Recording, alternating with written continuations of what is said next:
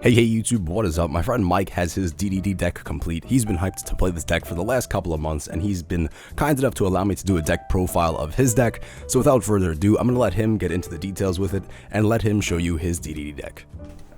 Hey guys, what's up? Mike bringing you another profile. Thank you again, Vincent, as always. Anytime, man. Alright, cool. Let's get into it. Vinny's going to do it because the angle I'm on. We play 3 Kepler, which is basically your Stratos for the deck.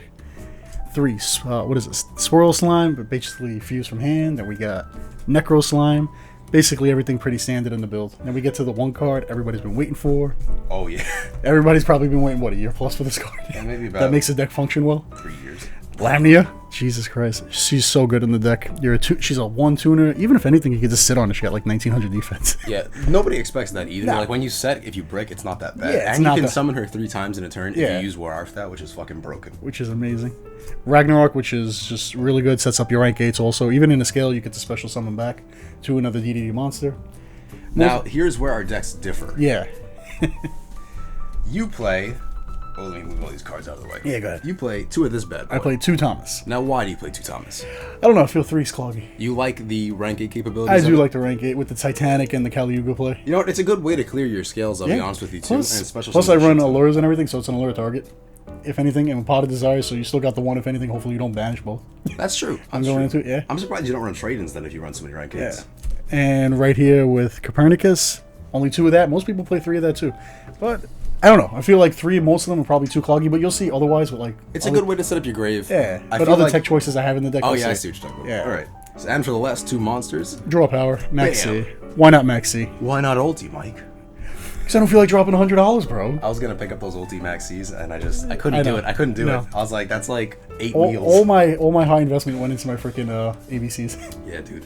And 3 allures. I know some people play 3, but... I mean, 2. But I like 3. I love the draw power in this deck, and 2 Pot of Desires, as you can tell. This deck has tons of draw power. Has tons of draw and search capability. Search capability. 3 contracts. Search out every fucking monster. Every monster. Oh my god. And then 2 of this guy. Basically, it's just Miracle Fusion, right? Yeah, I know some people play 1 of that too. Yeah. Well, Miracle Fusion is basically your the red slime. Oh yeah. The Necro. Yeah, they do the same thing. Yeah, they do the same thing. Yeah. It allows you to abuse it because you can do both in one turn, which is fucking stupid. And the deck has so many combos. This is basically what, like, every time I open this and don't have to search it, and I get my gate, I get the wombo combo. Listen, even if you have a shit hand, you at least can make some sort of play in this deck. Yeah, because you can just dump shit to grave. That's where Copernicus really comes in handy. Yeah. Because you put the card you want in grave and you have this, it's just like, it doesn't even matter. Copernicus is a fusion on its own. Yeah.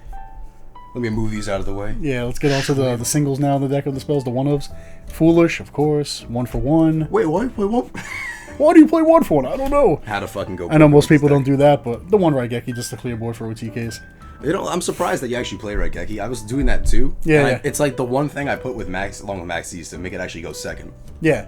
I feel like you need Raigeki. Board wipes, especially next format, is going to be way too strong. I would switch it. The only thing I would switch it for would be an upstart. Alright, for consistency. For more draw power, but I believe I run enough draw power in this deck. Why don't you do what I did with Monarchs and play 42 cards with upstart for consistency? Yeah, right. 42 card deck. Oh, the traps. I kind of play more of a heavy trap deck. I always play heavy traps in my deck. 2 D barriers for those Zodiacs coming up. 2 strikes. Ooh, that's 2 different cards. Yeah, 1 Vanities and the contract with the Witch. Wha-bam! This card is fucking nuts because people forget it gives the attack boost and then they'll crash into a small monster and I flip it. I'm like, yeah. Like, think about it. You flip it up with friggin', say, D-Arcs up. Yeah. She's 38. During your opponent's turn, though. Keep that in mind, guys. It's only during your opponent's turn. That's the only time I get attacked, though. So that's still, all that matters. Yeah, and it's fucking Raigeki break. Yeah, and it's continuous, of course. Alright. Like all the other contracts. Ready to get into that extra deck? The extra spicy deck. Bam. Slam that down. 2 Genghis, which is Jack's favorite card. Not Jack, sorry, Jack. Vag's favorite card. Why do you only play 2? Some people play 3. I don't know. Because I feel like 2's enough. 3 could be too cloggy because of all the other cards, like the other choices in my deck. Yeah. That's why I had to make space. Because space in this extra deck is really tight. I feel like once you get 1 in the graveyard, because you also run stuff like Alexander, you never really run out of resources. No. I don't think you need the 3rd as much as people say you do. No. And people run 2 of D-Arc, which I only run 1, which is... I don't know why you need more than 1 of that. I like 2 just because, like, if 1's fucked and I have to banish it, and then, like, you know, if I use, like, Swamp King, and then I have to banish it, and then I could burn myself out of contract, I'll use the second one. That's the only reason. I get it, but... Plus for Synchro 8s. Yeah, she's just for the 8. Easiest way and to plus you get the Omega. 1,000 of whenever you would take the 1,000 damage from the contract. Her in tandem with the fucking level 8 scale? Yeah. That's nuts, because you just, like, oh, a plus 1,000 special summon? Yeah. Free? Oh, with Ragnarok, yep. Yeah. Oh, man. And then... This guy, just for the sake of having it. That was weird. I don't know what the fuck that was, but either way. And Dragonbane, the new guy from the Structure deck too. They changed his name to Dragonbane? Yeah, Dragonbane. Something Beowulf. King right? Beowulf, which is fucking retarded. He's not even a dragon. Piercing damage in this deck is all stupid. DDDs. It's stupid. All DDD monsters. It's you have. absolutely stupid. So that's it for all the fusions you run, right? Yep, let's on to the Synchro Showdowns. Alright. Formula Synchron. The +2 combo. TG, yeah, basically. Get all your fucking... More draw power. I hate every time Patrick gets these two on me. I'm like, oh, I'm gonna get fucking styled on. Yeah. Patrick. Alexander, you can finally make him now because we have Lamia. Yeah, that was funny. They released the card without a way to actually make it besides... 6 months later. There's that stupid card, the ectoplasma or some shit. You could, like, do some Kind of, weird shit. yeah, but... Well, you could legitimately make him now with Lamia. Yeah, exactly. And then... My favorite one, actually, from the deck, my favorite extra deck, Curse Alexander, destroys Raigeki, Darkhold, Vanity, stops them all for 1 turn. It stops traps, too, right? Yeah. During either player's turn, once per turn, though. But it's really fucking good. It's good because it could also stop you from fucking gaming yourself, which is something I've done. I like its effect. Basically, if you're going to burn yourself, stop your contract. What I like to do with it is you use its effect to stop your opponent's trap. Like, say they flip Vanities on you, use it to stop Vanities, and then you use it to Exceed because its effect lingers, and then you wipe board with Caliuga. But even your next turn again, though, you just stop it again. It's stupid. It's retarded. It's really good. Move this out of the way. And then the one little tech, Moonlight Rose. I'm just adding in a quick little edit here, guys. Mike told me he no longer plays Black Rose Moonlight. Instead, he opts to play number 24, Dragulus the Vampiric Dragon. The reason he chose this card, he said, is because it's a rank 6, which is really easy to pop out in this deck, and it is a quick effect Book of Moon that targets face-up monsters that were special summoned from the extra deck.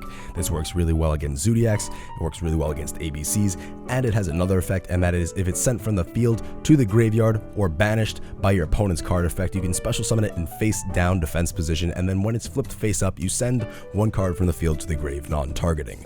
So that's really, really good, and it's actually very effective against ABCs because if they target to banish it, or if they just simply attack into it, it comes back anyway, and you have another line of defense. I really do like this card, and I'm thinking I'm going to be playing it in my DDD build as well. Because why not?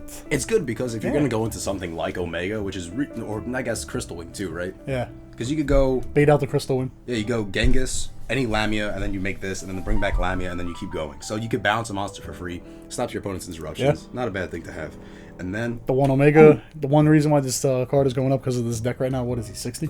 It's 60 now? I think he's hitting like 50 plus. But I know Crystal Wing is hitting 60. I feel like an asshole. I traded my Crystal Wing for 35 the week before the price hike. Oh, you're stupid. And then Crystal Wing, of course, it's going up now. It's at least 55, 60 now, last I checked. Oh, it's also going up because of Wind Witches, which run like 3, so the supplies... Well, you make it invincible. Pretty much, yeah. So it's like, oh, right, I don't get over it at all. I know a lot of people don't run Trish, but I like Trish. I think if you're running Formula, you gotta run Trish, because you Trish on your opponent's turn, and they get fucking... They get salty. Rip. You wait for them to put 1 card in the grave, and you're like, how about a Trish for you guys? Yeah. And then for the last 2 monsters... Oh, no, I can't get them up. Oh, no. That's what she said.